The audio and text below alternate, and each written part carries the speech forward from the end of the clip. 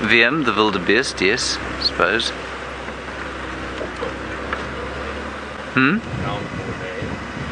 Downpour Dave, yes, but Dave's got lots of them. Big loud sound for Brent Leo Smith.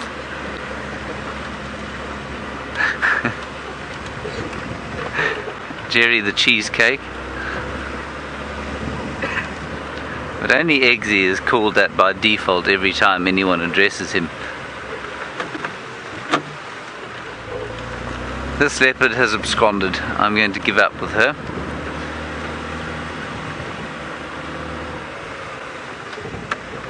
She might just pop out again on Triple M, I don't know.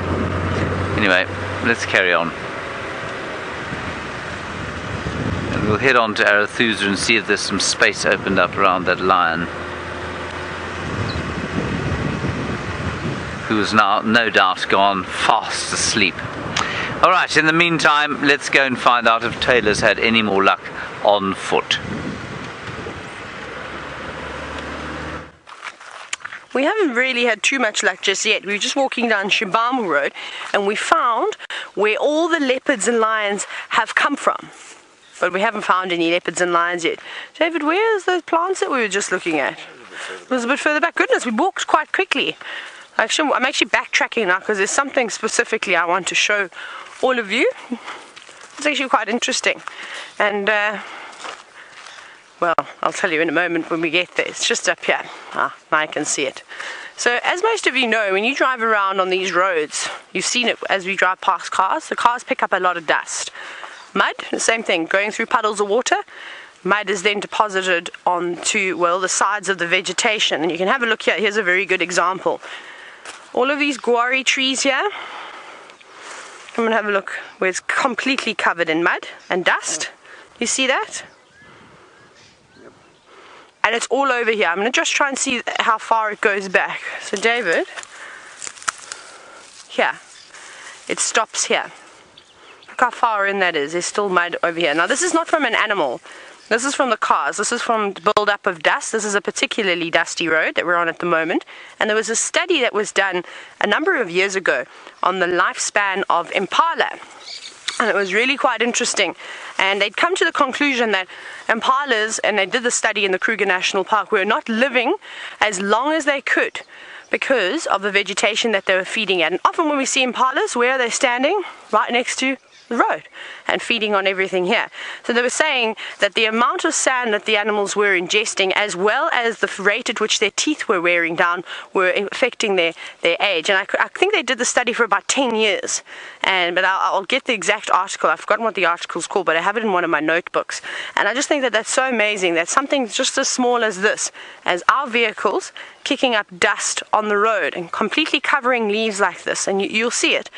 It'd probably be a little bit of spray around here from elephants and things having a mud bath, but you'll see it goes right back into the bushes. And if you look carefully enough, you'll find that most of these plants are covered in a fine sort of silt. Even if you can't see it with your eye, if you just take your fingers and you rub it on some leaves and bits of grass, and you'll actually notice that. And I always find that that's so interesting. So sometimes roads are not always a good thing. Of course, we try not to impact the environment too much. And Impala have got plenty of other places to go. Why they choose to hang around right on the middle of the roads, I have no idea. David, I can't help myself. Stay still. Get him. I did get him, yes. Got a fly. So yeah, so I just think that's amazing. I mean, obviously here, this is a mud wallow, so there would definitely be been elephants and things spraying around, but if you aren't convinced, I'll show you further down the road where there isn't a mud wallow, where we'll see not as prominent, because this section of road, if you remember Shibamu, this is one of the areas that we had wrestling frogs. There was quite a bit of water, so the mud was splashing up as we were driving through. Excuse me. Woo!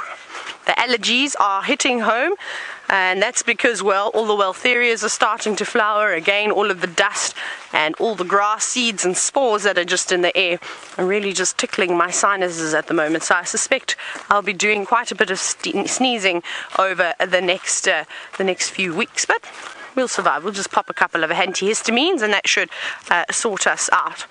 Now, I'm hoping by the time that we get to Gowrie Main, which we're not far from now, we may inspect the little pans first that are on the edge of Shibamo, quite close to Gowrie Main, have a look around there. But I'm just trying to figure out exactly what has happened with of course, Karula and Shongile. Now, the reason why I've stopped here is I've just looked on the ground and there's all these marula nuts. But not a marula in sight. The closest marula, my goodness, you can see them all in the distance. That's amazing. Now what's happened here, Dave? Can you show everyone there? The marula trees are down there. Look at that. Now, one of two things could have happened here. It could have been elephants that had fed on them and then defecated on the road, of course, leaving the big marula seeds, or it could have been squirrels foraging, again, collecting them and then bringing them back where they would live in something like this dead knobthorn. You can see it's an amazing tree. Unfortunately, it's not alive. It's been ring-barked by the elephants. So that means the termites would have started hollowing out and making all these natural cavities, which are great for things like squirrels, birds, as well as snakes, maybe even a couple of rodents and things to live inside there. But what I really like is the expression on a marula. It looks so shocked. Don't you think? Should I do the face as well so people can see what I'm talking about? Do we look like twins? As I say that, I'm pretty sure a fly is going to see that as an opportunity to go down my mouth. I think one almost did. But yes, but that's just, of course, the squirrels digging them out. And we're going to have lots of really cool sightings coming into winter, as all the squirrels and the gerbils would have stashed the marula seeds and marula nuts along the side of the road.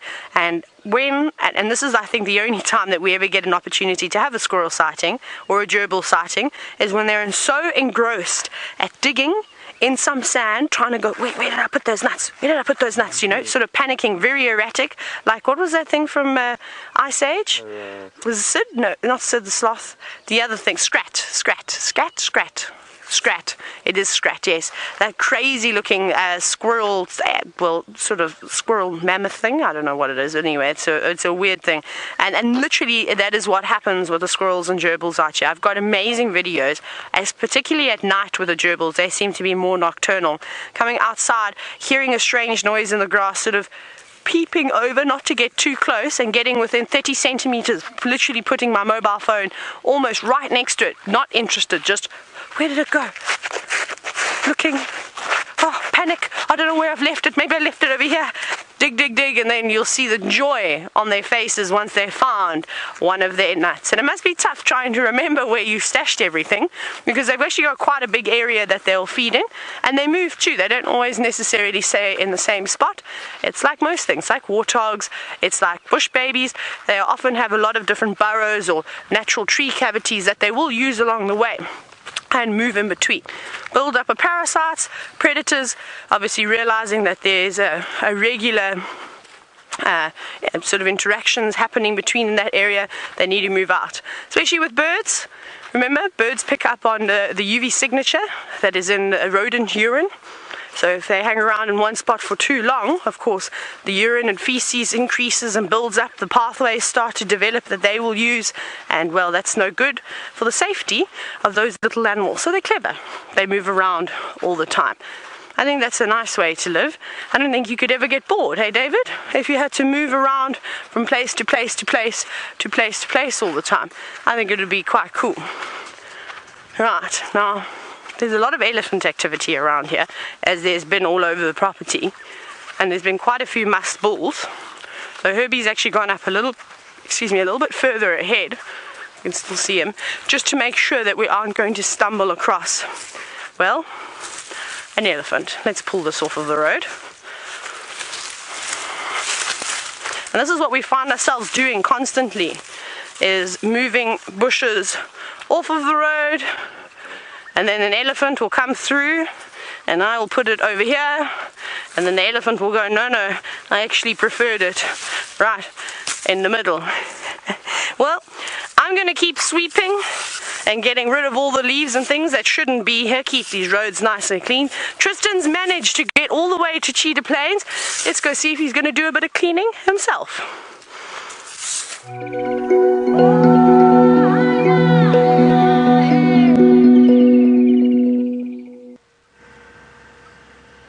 indeed, Taylor. We are down on Cheetah Plains, and I'm looking for any signs of the spotted cats this morning. So whether that be the two cheetah brothers or any of the resident leopards down here, like Quarantine, Kuchava, Vitumi, Inkanyeni, and any of them. Now, mongoose on the road. So I will get back to our elephant question that we had when we lost signal, but these little guys have just stolen the show, so to speak. This is a little group of dwarf mongoose. Look at them, they're so curious that they're coming closer to see what we are and where we come from and why are we here.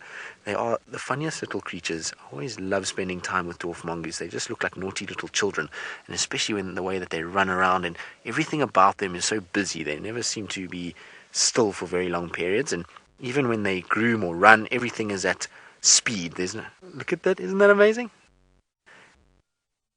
They've obviously woken up on the right side of the bed this morning, full of beans. It's been a long time since I've had a sighting like this of dwarf mongoose, where they've been so relaxed with us and actually stayed on the road for a period of time that we can view them. Hello, little guys. And you can see once they run into the grass, there's absolutely no chance of being able to see them anymore. They just disappear straight away. Now, they would have been in a termite mound during the night or in some sort of holes in the ground where they would have sheltered, and now with the sun coming up, they're out and looking for food. And this is Africa, or South Africa's smallest little land-based carnivore. So these guys are carnivorous. They'll go after scorpions and insects and even small rodents from time to time, and snakes. So they have quite a broad array of food items. And this is the last one that's left. The rest of them have gone running off into the grass. And there we go. Isn't that nice? Well, that was quite amazing. Very, very, very nice indeed. So, back to our elephant question with the mammary glands at the front and not at the back, like on an impala or varying other mammals. Well, I don't know if there's a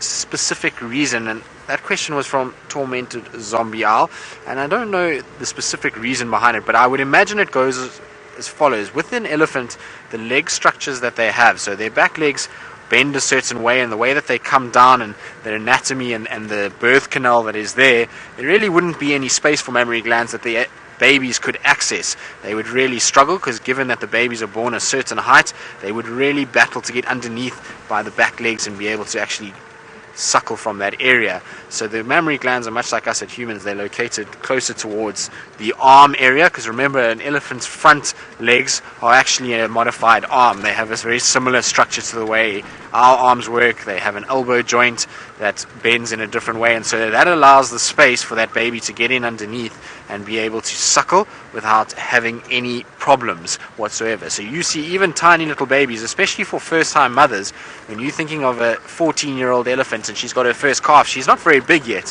and so she needs a little bit of height, and at the front end she's a little bit taller, and so there'll be space for that baby to then come in and be able to suckle a lot easier than at the back. And like I say, also with the birth canal and the way that the structure and the anatomy of an elephant works, there really wouldn't be any space for mammary glands at the back. It would be all too complicated for those little ones to be able to suckle. So that is why. Also,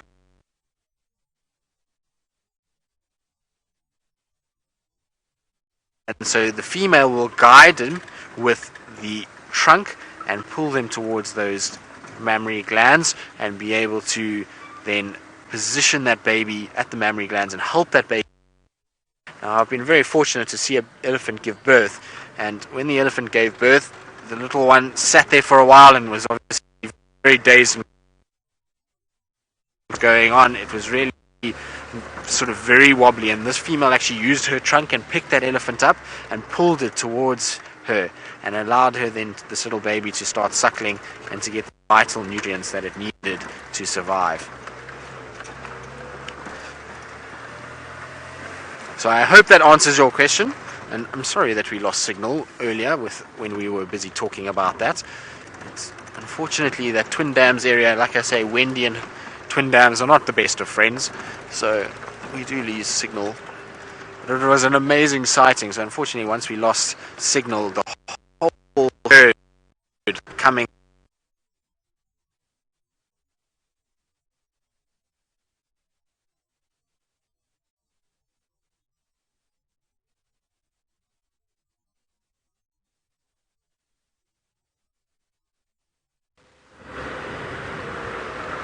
We are here on Arathusa. I'm sorry that you lost a bit of signal there with Tristan. Nice that he had a brief segment with you, of course.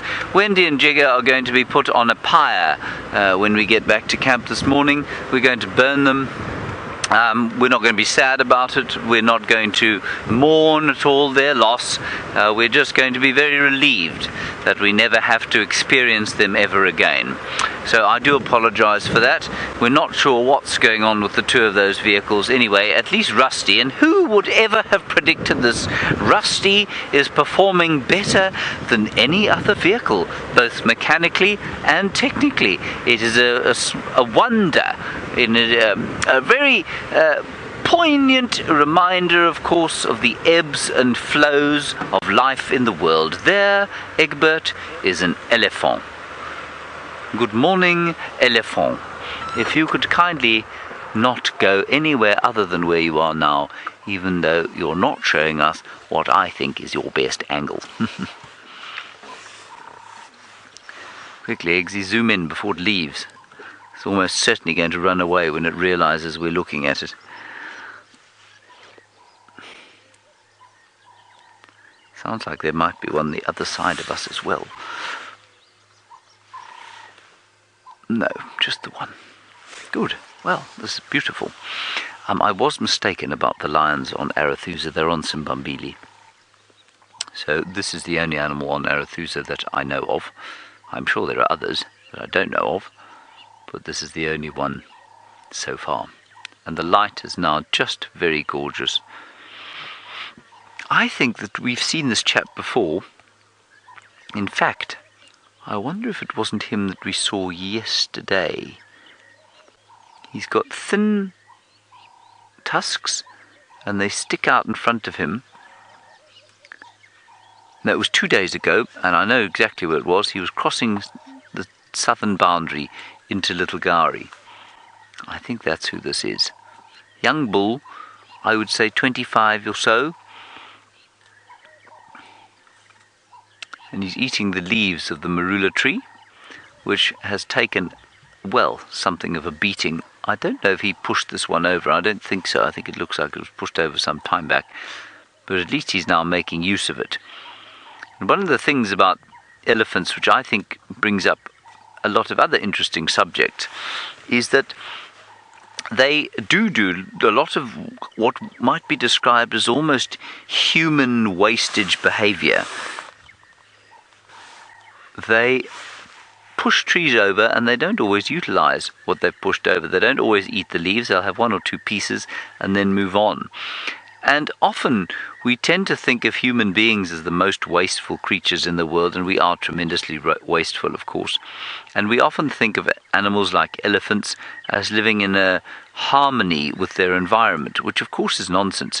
No creature that devours other creatures, and in this case a marula tree must be considered a creature, well, nothing that eats anything else can be considered to be living in harmony with its environment. And so elephants, as we know, left unchecked, will completely modify an area in the same way that human beings will, and they are wasteful. And that's because they're not necessarily conscious of the environment that they're living in. And it's interesting, of course, to discuss or to think about what animals are conscious of their environments and conscious of the effects that they have on their environments. Is there an element of elephant behavior that is aware of their keystone status, of the fact that if they eat too much in an area, they will destroy food for themselves and for lots of other species? In the same way that, well, some humans realize that. I suppose 90% don't. But some have realized that we have a tremendous effect, be it positive or negative, on our environments.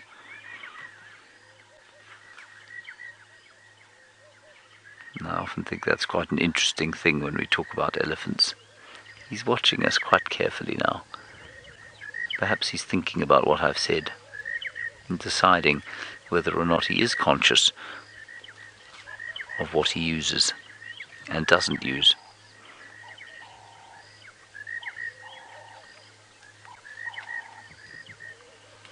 Of course, I don't know that there will ever be a way of telling. Will there ever be a way for us to know what these animals know and what they don't know? I suppose one day we might be able to actually talk to them. But I think it will largely remain a mystery and part of the wild conjecture that guides and amateur naturalists alike make.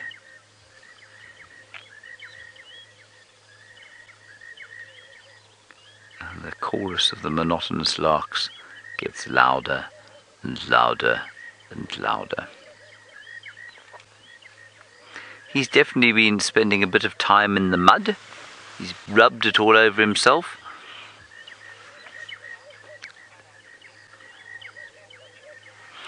Now, Happy J, you're wondering about the size of an elephant's heart. Now, I mean, this is not the first time I've been asked this question. Do you think that I can remember the answer?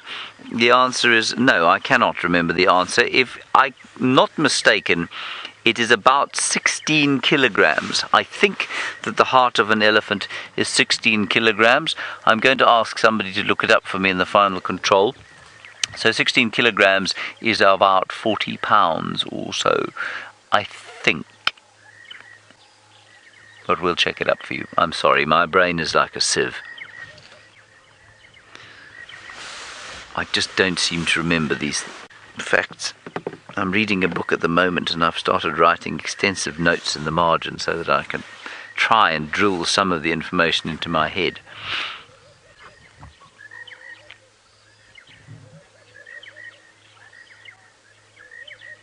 12 to 21 kilograms. Thank goodness, I'm not wrong.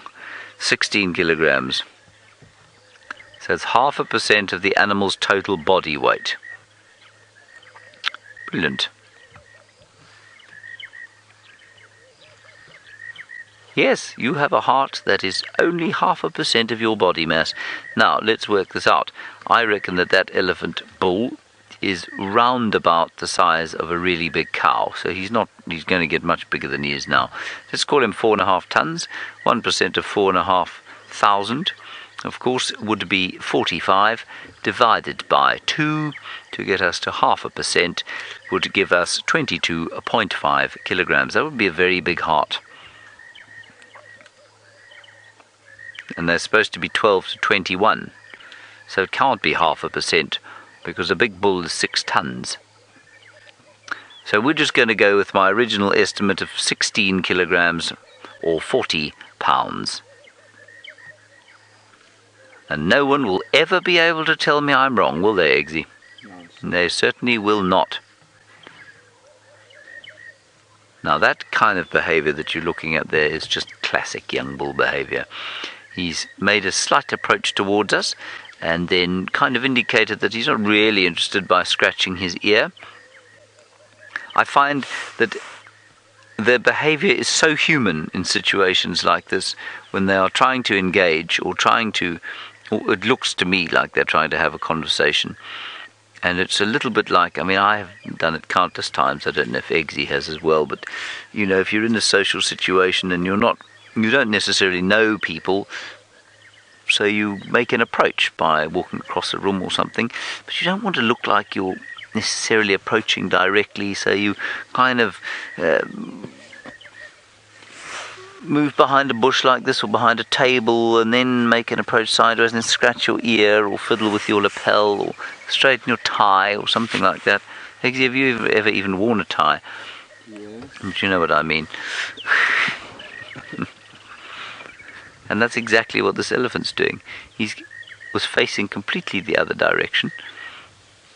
And now he's made this approach. He's scratched his ear sort of perfunctorily, hidden behind that bush a little bit. And now he's coming to see what's going on here.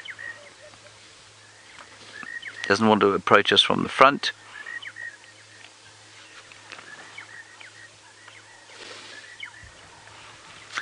Now, Linda, there's some debate over this. You say, how good is an elephant's eyesight? I think it's about as good as ours. But Steph was pointing out to me that there is this chap who he reckons is the world's elephant authority, and he's watched this guy approach elephants on foot with the wind being in favor, but coming at them from the side, so walking basically at the shoulder. And he says he's watched this guy get to within 3 meters of a completely wild elephant without the elephant noticing that he's there. So they seem to have a blind spot. And if you are silent and don't smell too bad, then you can get quite close if you approach them from the right angle. I would never try that. But front on, I think they see very well, about the same as we do. Look at that. Isn't that wonderful? I'm not going to start the engine. I'm just going to let him have his conversation with us, suck up some sand. And I'm sorry about the aerial in the way, but if I start the engine, this magical moment will be broken.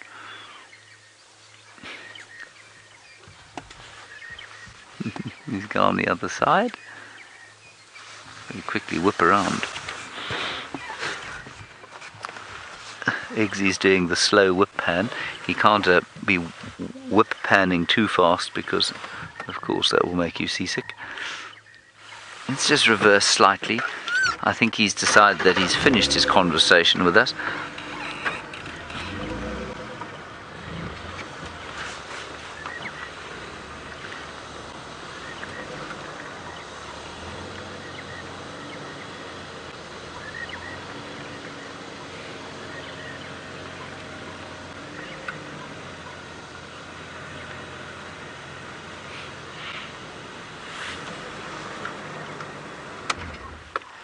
I parked him behind a tree. Natural bull, I think, or something like that. You want to know if animals, or elephants specifically, react to high-pitched voices versus low-pitched voices. No, they don't. I don't know if it's the voice. They certainly react differently to women than they do to men. It's a very interesting phenomenon. Whether they are able to tell from a voice whether the human being they're looking at is male or female, I don't know. They can certainly tell from the smell, and we know for certain that if a woman is in the middle of her menstrual cycle, the elephants know about it, and it's not uncommon for them to approach a vehicle with a woman either in the back or in the driver's seat and come and sniff around. And it's quite often, as a result, we think of a woman being in her menstrual cycle. Can they tell the difference between the voices? I don't see why they wouldn't be able to. They've got very good ears. Certainly, I mean, I often tell the story of the baboons and monkeys at the camps where I've used to work. They know the difference between a man and a woman, and it's got nothing to do with size. I've worked with some pretty heavy women in my time, and many of whom have been much larger than I. And monkeys and baboons pay them no heed at all, where they won't come near me. And that's not because I'm a particularly terrifying human being. It's just because, for some reason, they are very, very sexist. And I've no doubt that an elephant, which I consider to be, from a human perspective, one of the most intelligent animals out here, I think they can probably tell the difference almost immediately. We're going to let him carry on grazing down through the bush there. He gave us a lovely show, so I don't want to push him too hard. Now, I believe Tristan has managed to find some signal, so we'll head over to him for the next 3 seconds, and I'll see you again shortly, probably next to that tree.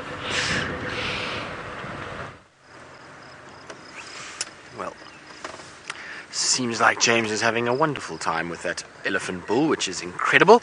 Now, we're down on Cheetah Plains checking around for any signs of any of the spotted cats, and so far, very little sign there. In fact, there hasn't been any sign. We've checked along Buff Pan, we've come down to the big open clearings, which is very little happening here as well. It's all been pretty quiet so far. There's a few monotonous larks that are busy calling away as they do. Now, I had a report that Vatumi, so Nkanyeni's young male cub, was coming south from Nkoro side, so I checked the northern boundary, but alas, no tracks for him crossing. I think he maybe found himself somewhere to sleep during the day today and is probably not going to cross. I know his mom went north into Torchwood, so I don't think he's going to move too far from where she left him. A few hyena tracks. It's quite strange. I haven't seen hyena tracks in this part of the world since I've been at Safari Live, so it's been a long time since I saw a hyena track anywhere near Cheetah Plain open. I wonder what this hyena is doing all the way out here. There used to be quite a big clan that used to occur inside the Kruger Park that we used to see from time to time at Nkoro. Used to, if you had big kills there, then you would see them coming in. Otherwise, very, very skittish and not too many of them in this eastern area. And it's one of the reasons that the sticks always have their cubs in this general vicinity. So Cheetah Plains to Annette's. Oh, hang on. There's tracks for a leopard. Look at that, Vim. There's tracks for a male leopard. You see that? Let's see how fresh they are, VM. There's some millipede tracks here. Let's see if they're on top of those. They look fairly good. Maybe from early hours of this morning. Let's follow these, VM. Let's see where they go. Unfortunately, we really are very close to the boundary. So if they've gone south from here, then we are going to struggle to find this leopard. But let's give it a bash. Seems like this morning we're destined to follow male leopard tracks. This is definitely not the same male leopard as what we saw, or the tracks that we saw in the start of the drive. I'm sure those are for Tingana, and I would imagine that these are either for Shivambalan or Quarantine. What do you think, Vim? Yeah, definitely too big for Vatumi. They are big adult male leopard tracks, these, and I've already lost them. Vim, do you see them your side? No. It's quite difficult here. There's a very hard section to the road, so I don't see any sign here. I wonder if he didn't turn west here, Vim. Let's have a look. There's the hyena track that I was talking about earlier. There. Maybe he's taken this road and has gone a little bit further to the west, which would be nice for us. It would be encouraging if he's turned west, because it would mean that there are some tracks that we can potentially follow. Now the problem here on Cheetah Plains at the moment, currently, is the length of the grass. If there is a leopard here and it's decided to lie down in the grass, this grassy section's off to my left, you will not see a leopard for the life of you unless that animal is either standing or is up in a tree, or for some reason flicks its tail that you're able to then pick it up. Let's see here, Vim. There we go. It's going west. That's good news, Vim. Let's carry on following these and see where they go.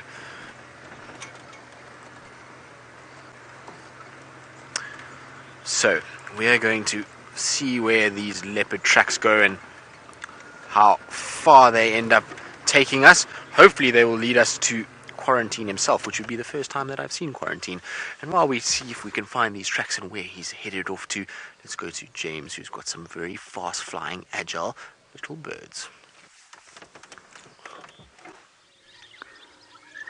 I do indeed, and there are a lot of them, everybody. This is a massing of the barn swallow. And all over these trees here, where I actually haven't gone any further than when you last saw me, we have the barn swallows sitting in the dead trees, and they're massing, of course, for their trip to the north. Now, apparently our barn swallows do not end up in Britain, where, of course, they get their name, but they do end up in Europe, of course, and various parts of Europe. And this massing happens just before they depart. So they will do the same at the other end, around about sort of, well, the beginning of September, I suppose, towards the end of September, sorry. And then they'll take about 6 weeks to get down here. I think it's 6 weeks. And then they'll go back to Europe for the European summer, which of course gives rise to the term swallow when referring to people who live in perpetual summer.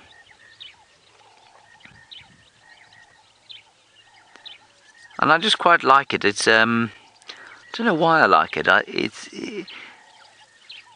It's an interesting event, I suppose, because it indicates a change of season, a change of time, the end of a season, and it's quite it's a melancholy feeling it gives me, because it means that the summer is coming to an end, and I don't know, there's something about being a human being when the summer comes to an end that leaves one with a feeling of melancholy, I think.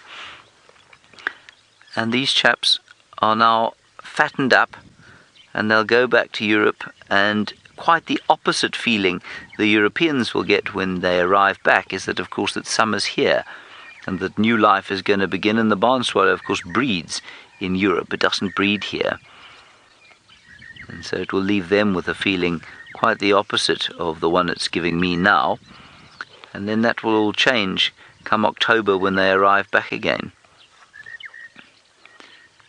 And of course our winters are really very pleasant.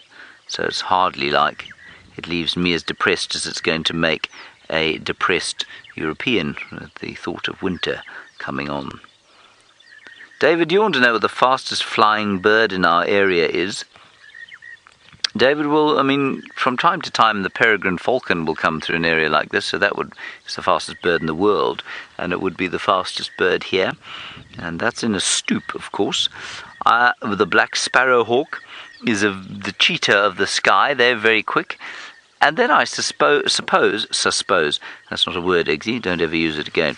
I suppose that you would have swifts. Some of the swifts would be extremely fast in a straight line, but I think you would find that it would be something like a black sparrowhawk, which of course is not common, or maybe one of the other accipiters in a straight line speed, if it wasn't one of the falcons. So they're not common, either of those kinds of species. These birds, of course, are probably the fastest at changing direction, the swallows and the swifts, and the G's they pull are far in excess of anything that a human being could cope with. We'd almost certainly pass out if our brains were subjected to the G-force that some of these birds are subjected to. Yeah, it's such an interesting feeling, this, watching these birds as we come to the end of the summer. All right, well, we've probably milked the sighting for all we can, Eggsy. Shall we carry on? Shall we call it in? That's a very good idea. Stations located. Lots of barn swallows sitting in a tree. It's left me with a slightly melancholy feeling. I hope you would like to come and see what I can see. Thank you so much, as you were. This is a 2-vehicle sighting for sensitivity purposes. Good. Okay. Tayla apparently is now sitting, creating something between incense and fly repellent.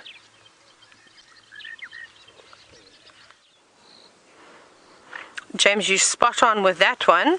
We are indeed, well, I am now covering myself with elephant dung smoke. I've lit it with a lighter. I didn't have a piece of flint like Steph, unfortunately, so I just went to new school and used a lighter. And now I have not been bothered by the flies. Not even one, but you can see I've even put my little African wattle fly swatcher. Has gone into the pocket now. I can actually do this because I don't need it anymore. Look at this. It's amazing. It's really, really, really quite nice. And it's just amazing what smoke can do. You can do a lot of things with smoke. Of course, one of the most important things with elephant dung for me, I'm just going to put this piece out because it is about to fall off, and is that the fact that it gets rid of flies. You can smoke bees out of hives. There are a number of different things you can do, of course, and this is obviously if you're desperate, you don't want to smoke some bees out of their hives. If you're starving to death and you absolutely needed to have some honey, then I think that that's the only time you should bother with the wild bees. But we've been looking hard, far and wide for insects, and there really isn't much around this morning, and we're going to be seeing that as we go into winter, as the things are going to start disappearing. Even have a look what's down on the ground. All these temporary structures that the termites have created, they are not here anymore. They have moved on. Look at this. Isn't that amazing? Can you see through that tunnel? Or should I point it up toward? Cool, eh? With some smoke there. Little effects. Hey, David? There we go. Gonna get that going. Here we go. I just think it's unbelievable how termites are able to create something like this. I mean, I can see you through here. I don't think you can see through me. Hey, David? Tough one. Not quite. We tried. But these things, of course, they're not permanent. They're made to be crumbled like this. Elephants, all sorts of things come walking through this particular area. We know that animals love to walk on our roads, and we'll squash them. But it's just so that they, of course, can do a little bit of work during the heat of the day. And not be so exposed. Though hornbills are pretty clever, though. They aren't fooled by something like this. All a hornbill is going to do, or a starling, is going to find it and peck, peck, peck, peck at it, break it open, and then hopefully there will be a couple of termites in there. But we haven't even been seeing any termites lately, and I think that's just because of the cold spell that we have had over the last few days. The wind, everybody's tightened up their chimneys, and well, no one's really wanting to get frostbite, because in this area the temperature that we had was pretty cold for the animals, and they're not always used to it. And I think the animals that have been breaking all the temporary structures here are the same culprits that chop grass and then don't eat it.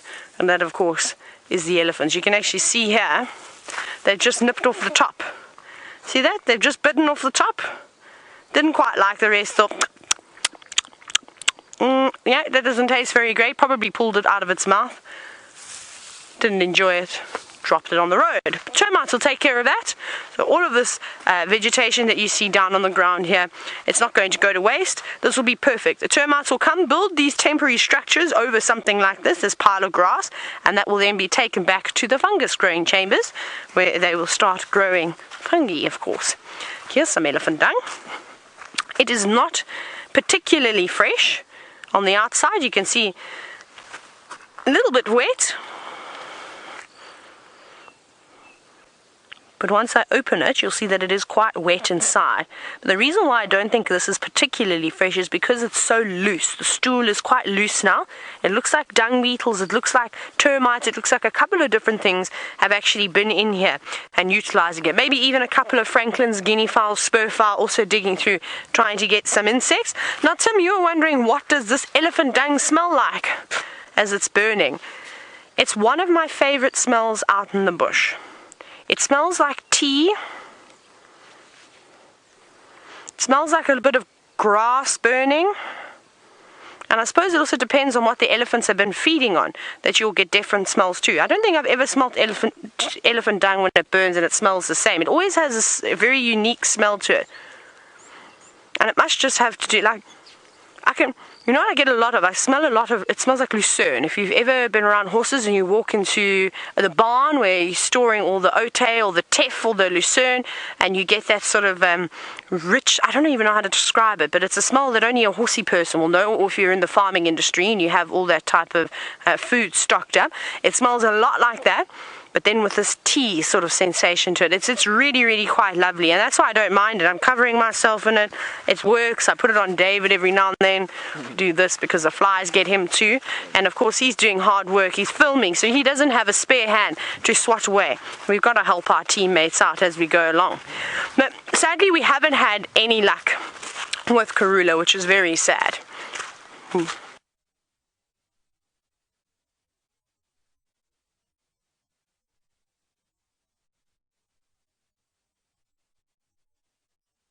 From where we last had a track, just to check if maybe he came and drank here, or if there's any sign of him. I haven't seen any further tracks coming this way, but seems like he came into this section on our right here and is moving in this general direction. So it would be nice if he was making our life very easy and was lying somewhere where we could see him. It's just, if he's in the grass, there's going to be no way to see him at all. It's going to be so thick that you could walk within 5 meters, and as long as he's crouched down, there's no possible chance of seeing that leopard. The only way we were going to spot him is if he's either up on a termite mound or a tree somewhere and we're able to see him a little bit more clearly, or if he's lying on the road or on the edge of one of these pans. So without that, we're going to really struggle to be able to see any sign of him, which I suppose is part and parcel of being out here. It's good that we've gotten all the rain as well, so you know, it was needed for the grass to grow. It just makes it a little bit tougher, when it comes to finding these animals. Had it been in the drought periods, this would have all been flat. There was nothing here, no grass. So it would have been quite easy to even find him off the vehicle and track him by foot. Oh, hello little Namaqua dove. There's a beautiful male Namaqua dove in the road. There we go. I love these little guys. They've got these tiny little legs that they seem to use all the time. They very seldom on the wing. You see them always shuffling around on the roads and looking for little grass seeds as they go. And they really are quite pretty little doves. You can see they've got that black face with that red and yellow beak and then that long tail. And you only really find them in the Sabi Sands area in these open sections. So you'll see them in the central areas, and then on this far eastern corner around Cheetah Plains is where we see them as well. But a very pretty little bird.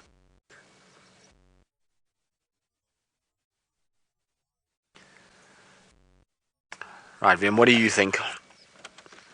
You think he's inside this area? I also think so. I don't think we're going to see too much of him.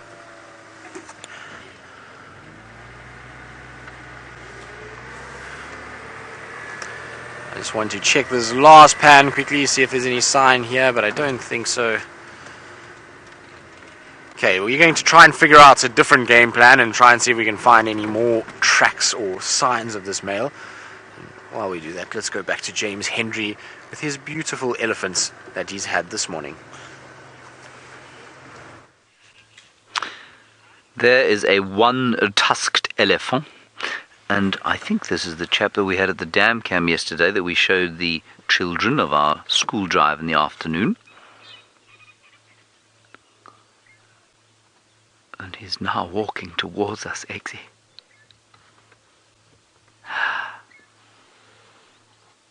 Now he's hiding behind a bush. Now he's a little bit older than the chap we saw earlier, I think. I think he's probably got about 4 or 5 years on him. Ooh, Alex, you say can elephants survive with no tusks? Absolutely they can. It's much harder for them, but they can certainly survive with no tusks. They need their tusks normally to chip bark away from trees. It helps them to break branches. They sort of sandwich the branches between the tusk and the trunk, and that helps them to snap things out of the ground and break branches off trees. But they can certainly survive without them. And there are a number of elephants that, of course, that don't have tusks at all. You do get tuskless elephants that are born without tusks. Not that any elephant is born with tusks, but you know what I mean. They just don't develop them at all. It's not common, but it does happen. And of course the Asiatic elephant, the females don't have tusks at all. But I think it's probably because they don't have to eat quite as much in the way of wood. Yes, they're used for defense to a certain extent, but they are largely tools for feeding.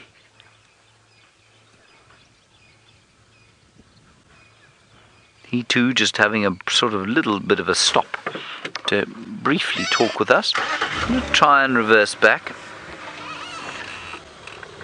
It'd be so nice to have an electric vehicle.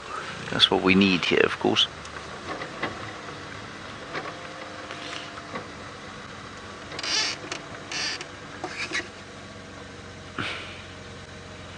Let me just turn slightly so we can get a better angle. I don't want to cut him off from crossing the road if he wants to cross the road. And he's going to feel a little bit like we're harassing him if we reverse all the way along the road with him. So I think we'll just let him walk off.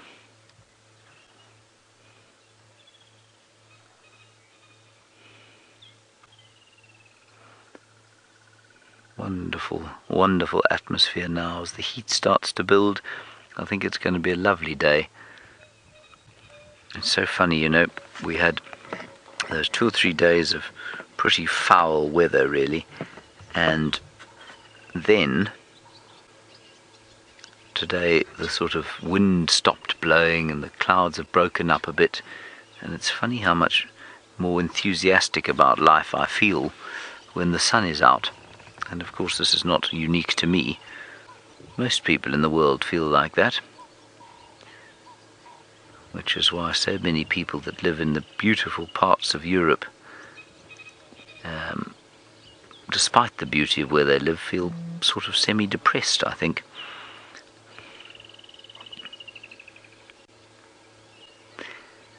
I also think that these elephants, quite a few of them, are coming into must. And I don't know if there's any actual timing behind that. There's not supposed to be. But some of these young bulls are all starting to show early signs of must. Just that flopping the trunk over the tusks there like he was doing. The slight approaches to the vehicles. Not quite dripping urine yet, but often with an exposed undercarriage, if you like. Now the other thing I just wanted to tell you quickly was that I thought we spotted Shadow's cub tracks as well, coming into this drainage line where she used to keep Sindile quite a lot. And I wonder if she hasn't moved the cub and gone off hunting. Now, whether or not we'll see the little thing, I don't know.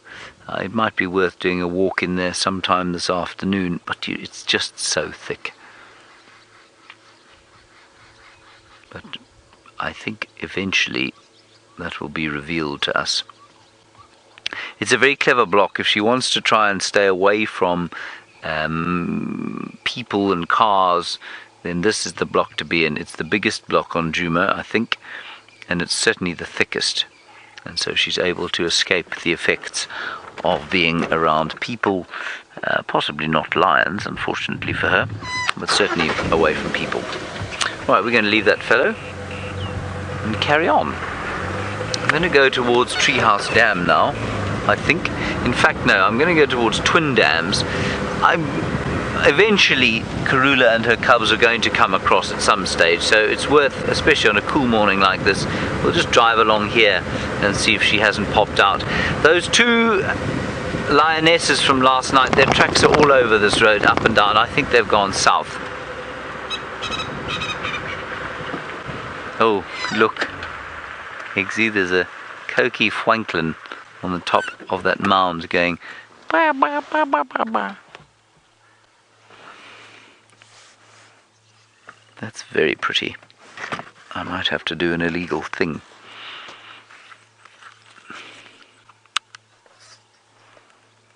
But I think maybe my lens will not be long enough. It's so gorgeous. Has it gone, Eggsy? Why did you frighten it?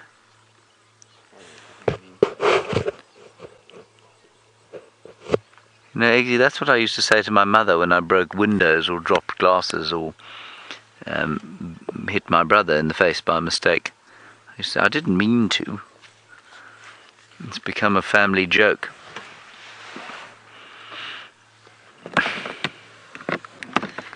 Let's continue.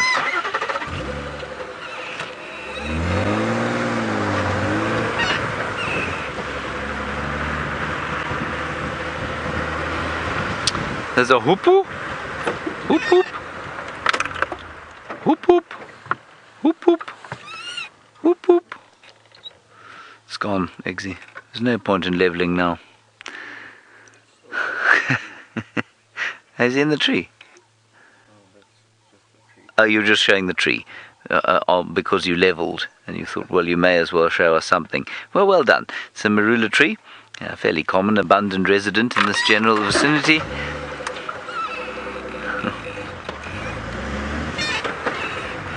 Let's carry on. I'm going to drive a little bit faster so that we can get, well, if Tristan is coming back from Cheetah Plains now, he will cover the Twin Dams area. I don't mean he'll cover it with signal, because that's definitely not going to happen.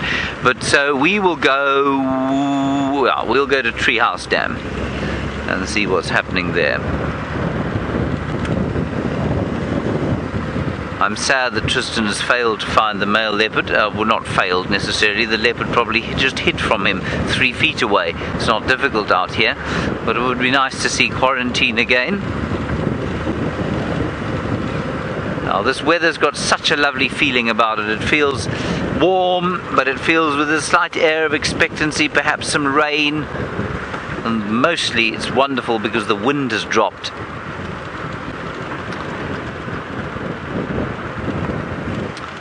Ooh, Ooh, Taylor McCurdy has not found her herdie, but she's found something else that I'm sure she's quite gobsmacked at.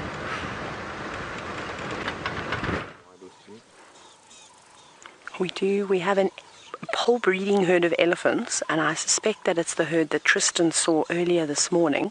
So I'm just going to keep my voice down. They're not far. They're probably about 60 meters away. And as you saw with Tristan, it's a rather large herd. There's lots of babies, lots of moms. You don't want to get stuck in a herd like this. So they're very relaxed. I don't think they know that we're here just yet. We have got the wind on our side. But I was talking a little bit loudly earlier. So they could have heard me. But again, they may have not even realized that we are on foot just yet. So in a sighting like this, it is a breeding herd. It's typically not something that you'd want to view on foot. So we won't stay here for too long. We're just going to have a very, very, very quick look. Because at any moment, and particularly at this time of the year with the change of season, the wind does start to swirl and come from different directions, of course. So, again, you don't want to play games with moms, with their babies, especially when you're on foot and we look very much like a predator. Bulls, a little bit different, a little bit more relaxed. They are very, very slowly feeding this way, though. Actually, we're going to have to move. They've now changed direction. Let's go.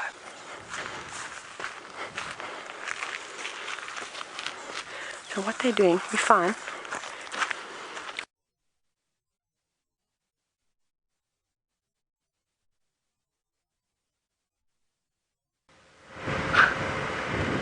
Yes, there we are.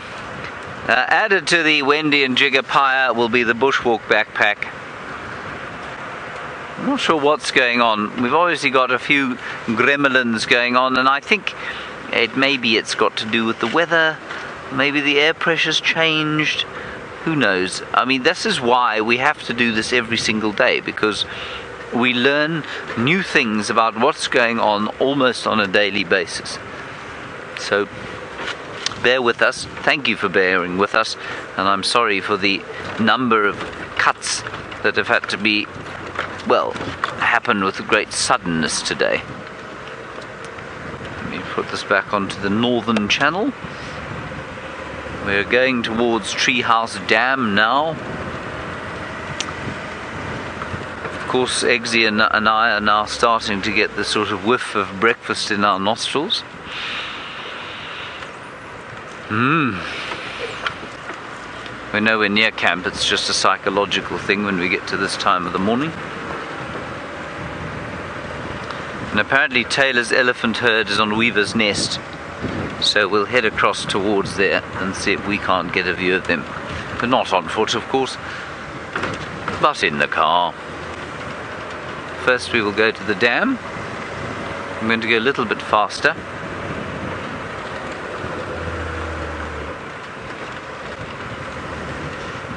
Look how long this grass is, it's just amazing. Alright, here. Anything here, Eggsy? Do you see a great swathe of animal life? Do you see predators swimming? No? No.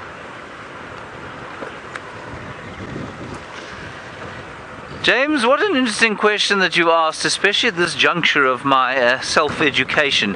You say, what is the likelihood of one naturally occurring species driving another naturally occurring species to extinction? Well, of course, James, all species are naturally occurring. So, to assert otherwise would be to assert that we have some sort of artificial intelligence around here. So all species out here are naturally occurring.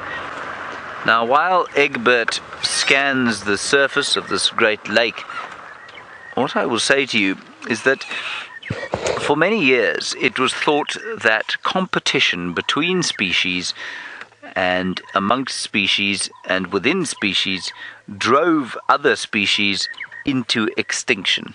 So it was competition for similar resources that drove animals into extinction. And I'll use our own sort of lineage, the lineage of hominids, as an example. For many, many years they thought, well, there could have only ever been one hominid species at one time, because they would have outcompeted each other. And that seems not to be the case. It's much more that things like climate change, so a changing environment, causes the localized extinction of species.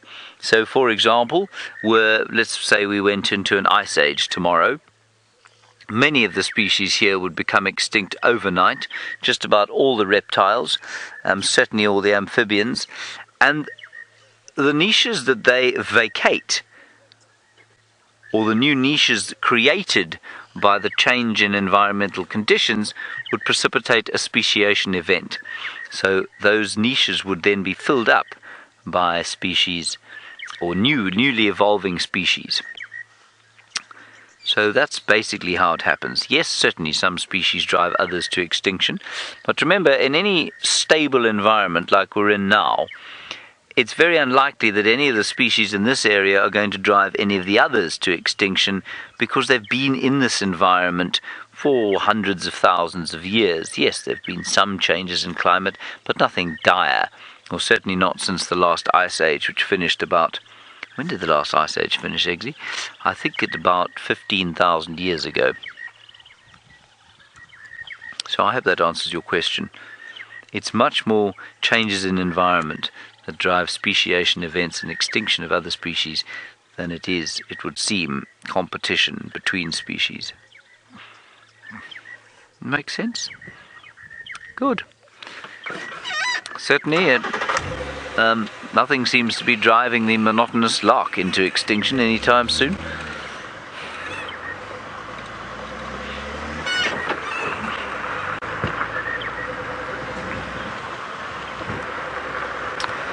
Righty, on to Weaver's Nest via Savage's Track. It's a very ominous sounding road name, isn't it, Eggsy? Makes me think that there's going to be a troll leaping out from behind a termite mound or out of a tree onto us.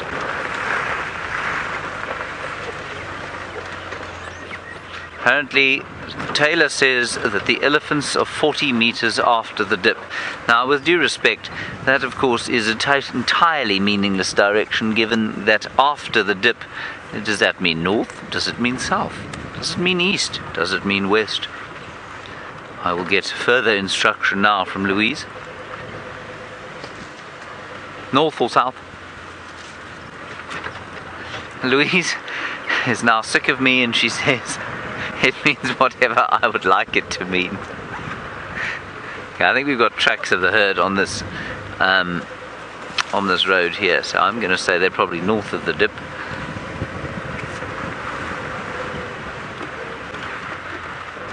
Let's see. Come on, elephants. You're the only thing tall enough to see above the grass these days.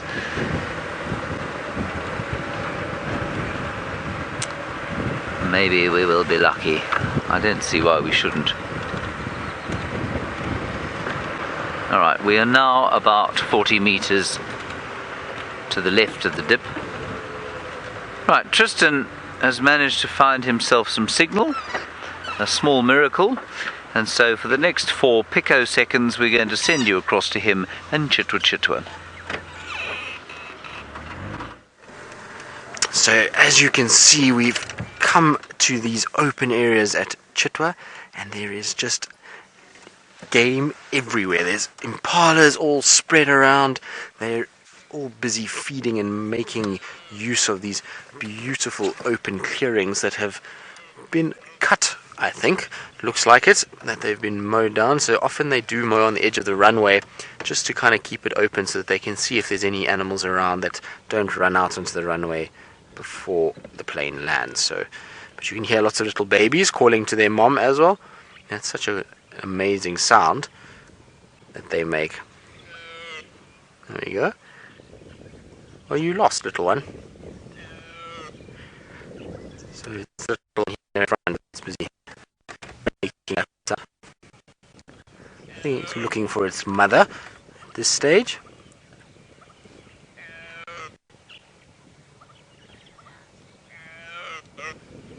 It's such an amazing noise that they make. You wouldn't expect that to come out of a little antelope, and especially when the males start going into the rut and they produce that very guttural growling sound that we hear that almost sounds like lions fighting. You wouldn't think that a small little pretty antelope like this would be able to produce such sound. I'm pretty sure most of these impalas are going to start moving into some shady area because all of a sudden the sun has got very warm. There's a cool breeze blowing, but the sun itself is now quite hot and it's getting a little bit warm to be in the sun, so I think everything's going to go shade. You can actually see a lot of them are moving into the shade as we speak.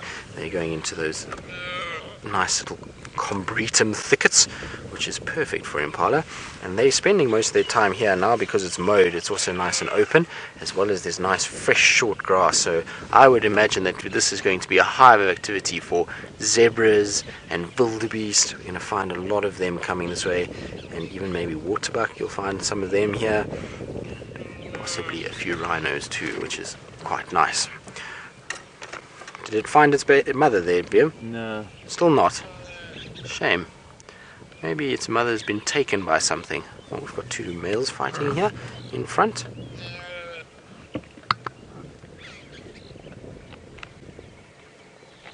So this is now the start of this rutting process. We're going to soon be having the rut. It'll be around April is when it normally starts, and then the males are going to be highly competitive. So what this is just basically training. It's like getting into the gym before doing a Olympic event.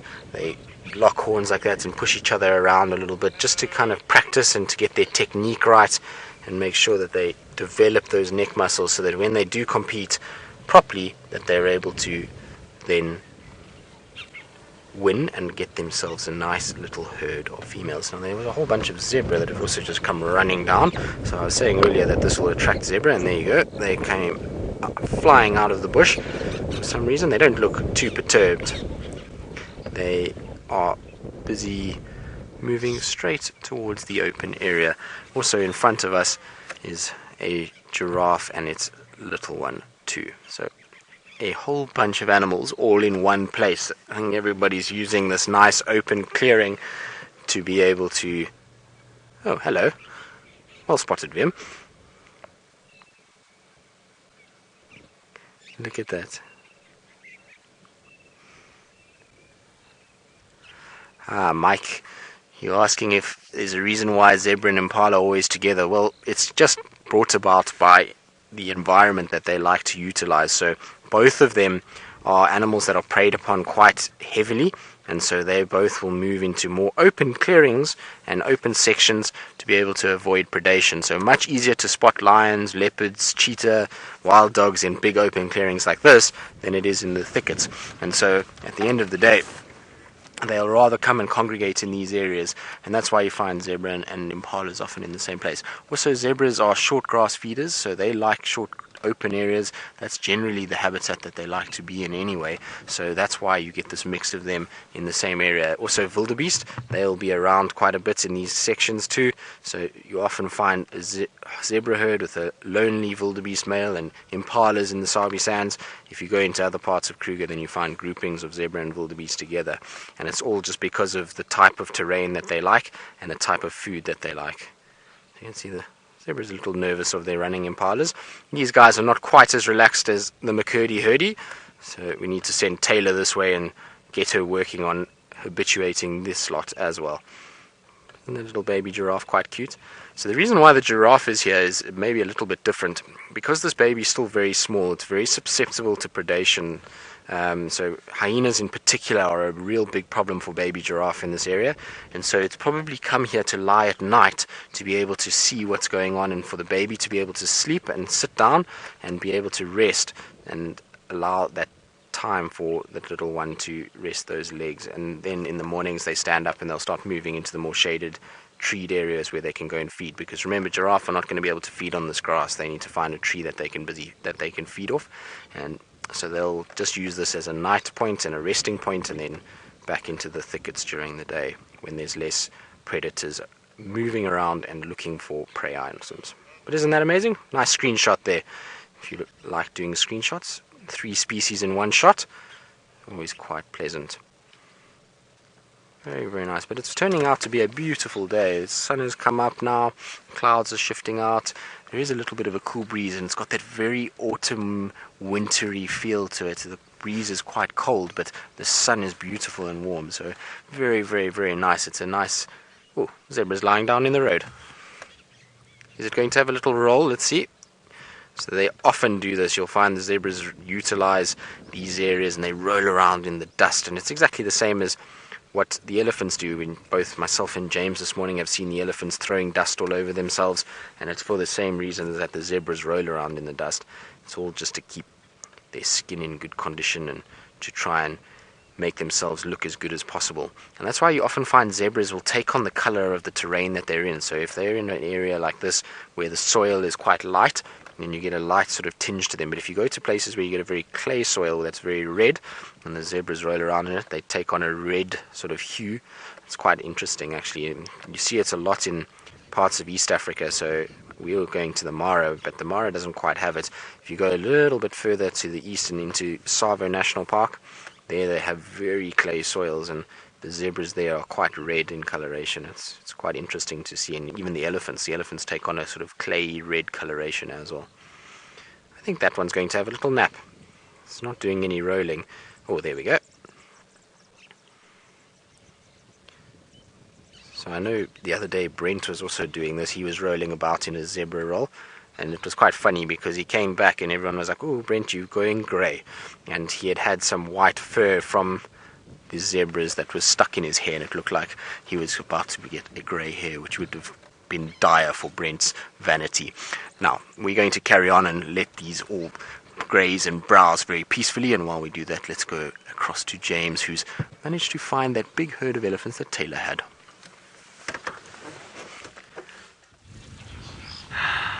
We have found the elephants, everybody. Joy and rapture unforeseen.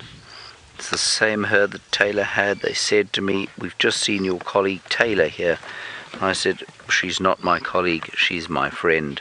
And they said, "Well, we feel the same about each other." So we then had a hug, and everyone was happy with each other. And here we find ourselves with the elephants. Isn't that nice, Eggsy? Isn't that a nice story that I've just told? But it's the truth. It is the truth, Eggsy. It is the truth. Now, this herd doesn't look particularly big from where you're sitting, perhaps, but that's because the bush is, like windy, impenetrable forest at the moment, and they are all over the place, and we just can't see them all. There are 3 elephants in the direction you're looking.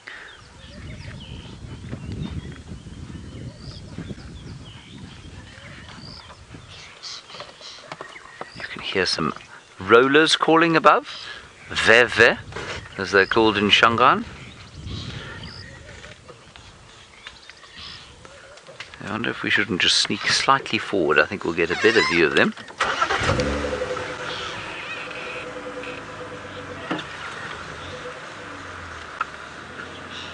There we go. Hello, Anne. You're wondering about the thickness of an elephant's skin. In some places about an inch thick. In others a bit thinner. So, for example, on the ears they are slightly thinner. But in some places around the belly region, I think you'll find it's about an inch thick. Which is quite impressive, really. Now, I was reading about the ears again the other day, and they, as we all know, can, service a huge amount of blood, 5 to 16 liters a minute, depending how old the elephant is. It's 5 to 16 liters of blood flow through those ears every single minute. But because of the folds in the ears and the back and front, they actually make up something ridiculous like 20% of the elephant's surface area. So their effect as radiators of heat cannot be underestimated. They play a massive, massive role in getting rid of heat, not only through the veins, but also just through having a thin surface area that allows heat to radiate from it.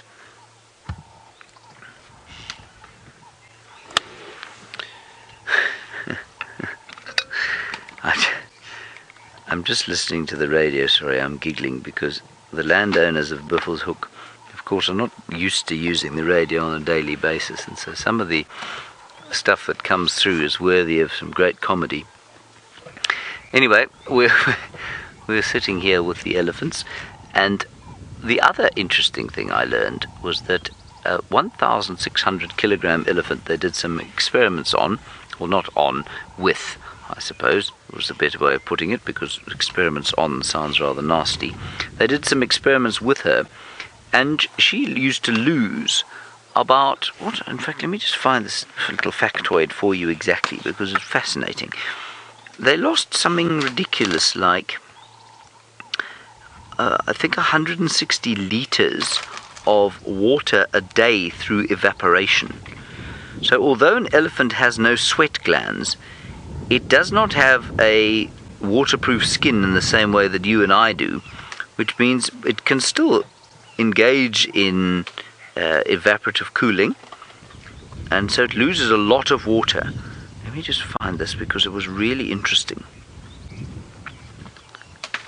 Let me just keep looking here. Like I say, this new app of mine is wonderful, but it is not exactly, it's just great swathes of text. So here we go.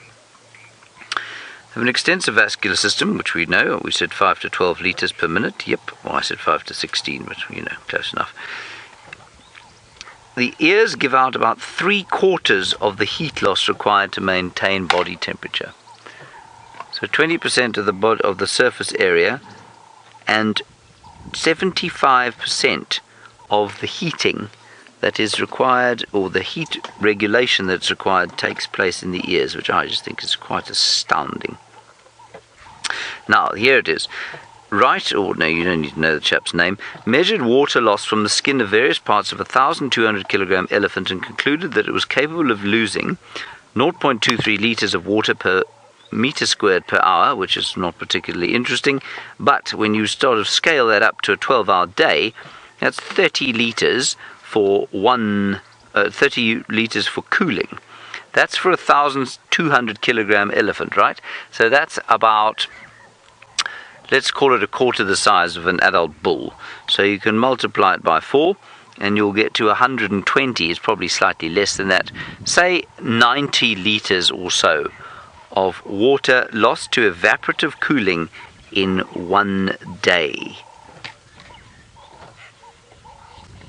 which is really quite astonishing.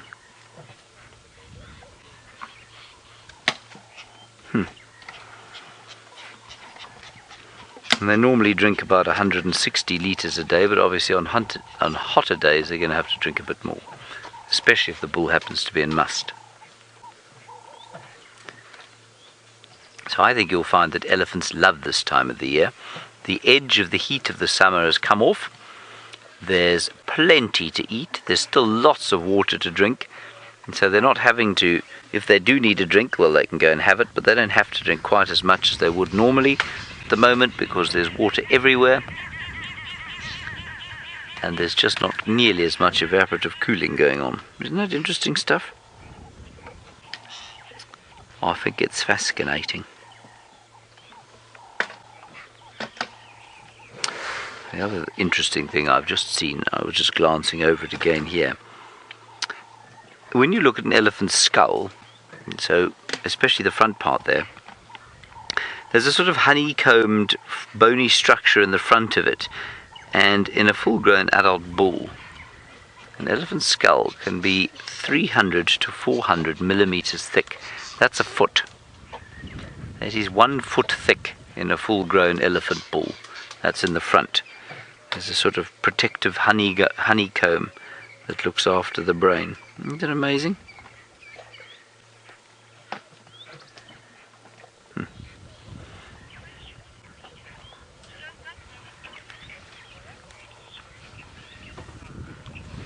Well, that's a very interesting question from Peter.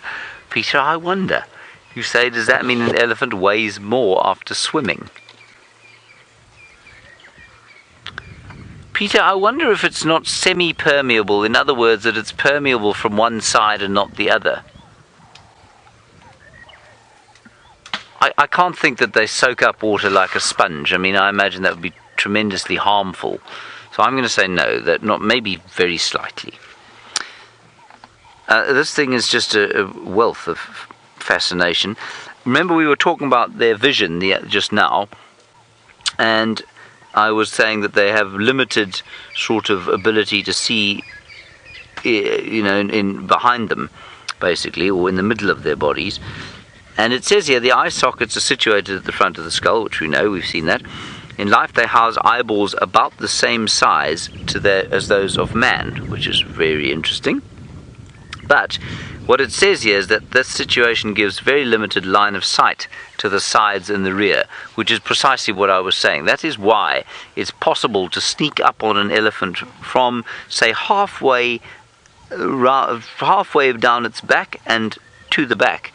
If you're quiet and the wind is right, you can get right up next to an elephant, especially if it happens to be sleeping or snoozing, dozing. You can get right up there without them seeing it. But in front, their eyes are not bad at all. Gosh, this is wonderful information. I'd sit here and read about this all day long.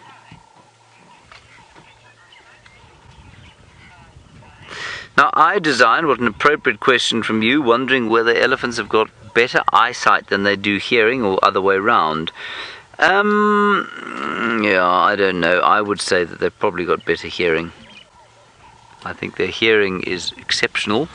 Of course, it's different from ours. Their hearing is set up so that they can hear their low infrasonic rumbles. They can pick up all sorts of different kinds of sounds that you and I cannot. But I wonder if it also means that they can't. There are some sounds that you and I can pick up that they can't. So their ears are exceptional. I mean, they can hear or sense each other from kilometers away. And there are very few people in the world I know who can make themselves heard from kilometers away. I can think of one, but I can't think of many others. Right, well, I think we're going to press on from these fellows. They've been very kind to us. And we're going to start heading towards the gentle smell of Amanda's breakfast cooking, which is starting to fill me with a great sense of joy and well-being.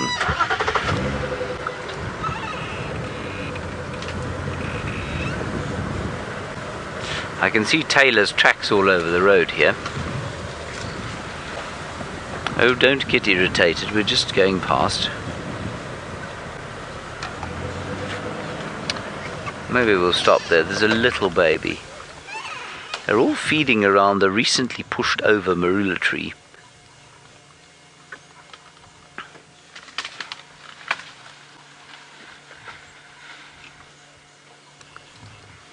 Isn't that lovely? Got the little one there. It's going to try and suckle, but I don't think Mum's that comfortable with us being here. She's a young mother. Oh, look. That is too sweet.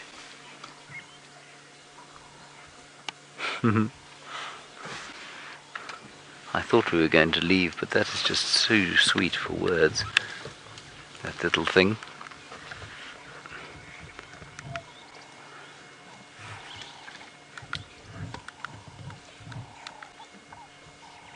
And she's just very, you see, now that I've told you recently, of course, that elephants don't sleep for more than 2 hours of the day. But I think if you're watching this, it looks to me that there's a lot of dozing going on here.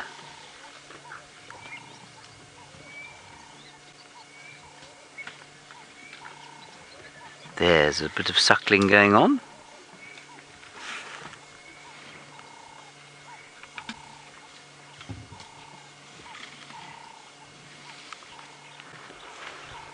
Yeah, it's wonderful. Now, the younger one there having a bit of a graze.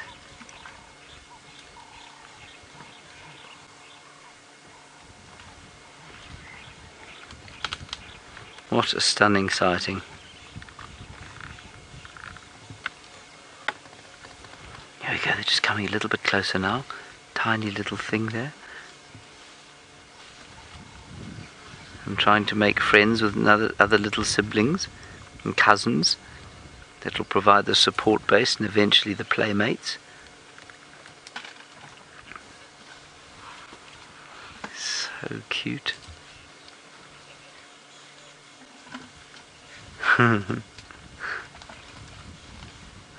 There, we've got some suckling going on now.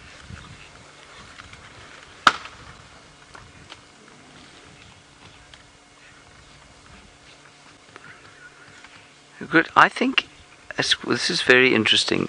Those other little ones who are almost certainly not the young mother's offspring have almost formed a protective guard around the little one so that it can suckle in peace, with, away from our eyes and the threat that we might pose. Isn't that interesting?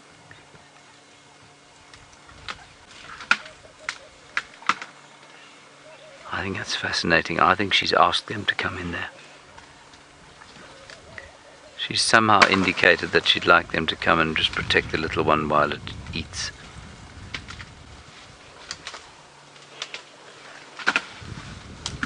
This marula tree, I was talking about waste earlier, the marula tree that they were feeding around is being thoroughly devoured, which is good.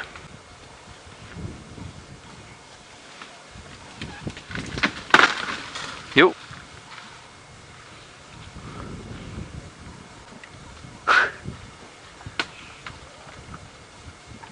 That's one of those first three that we were looking at.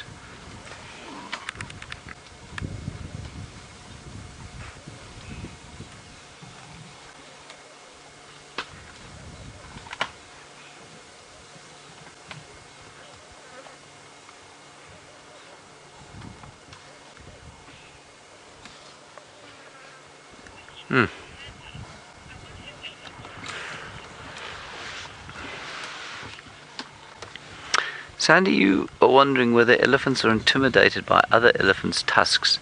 I'm pretty sure they must be, Sandy. I mean, some elephants have got enormous tusks, and I think certainly there would be an element of intimidation that they felt. Yeah, I don't know for sure. I also don't know for sure whether an elephant with big tusks necessarily has a better chance of mating than an elephant with small tusks, for example. And I don't think there's any correlation, actually. It's not quite like a lion's mane. Whether a small-maned lion or maneless lion will have a much smaller chance of mating. So I don't think it works like that with elephants. Here comes a cow, a big cow, out to say hello to us. Hello, my dear. You are very good looking. Oh, that's just wonderful. Isn't that nice?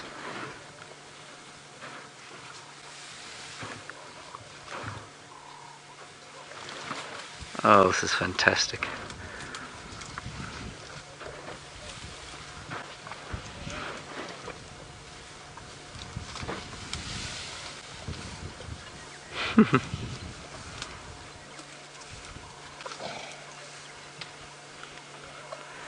See if she does it again.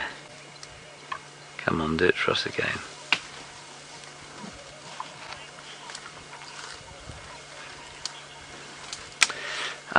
Now, my world, your music. I'm just going to talk a little bit more quietly. I can see she's listening to us, and you say, why do elephants toss sand on themselves? I think you'll find they do it because it feels nice, A, and B, it helps them to get rid of ectoparasites. I think it probably helps them to cool down as well, to some extent. Isn't that lovely?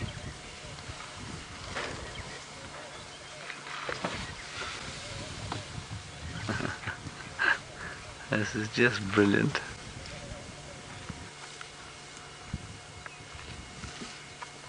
Let's see what happens now.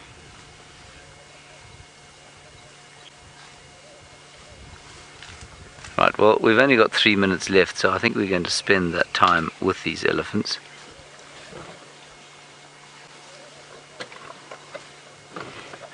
Because they're being so wonderfully confiding for us.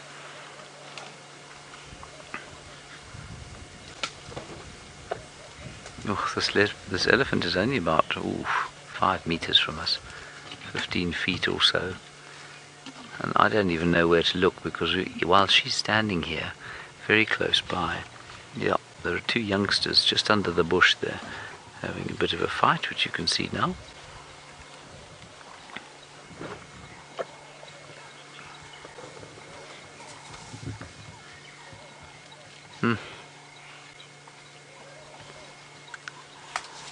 Oh, there, you know, an elephant herd is always doing something fascinating.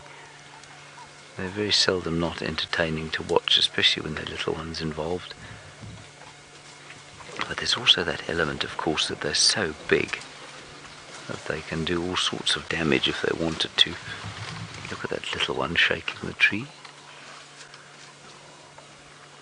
That's just for fun. That's not going to achieve anything at all.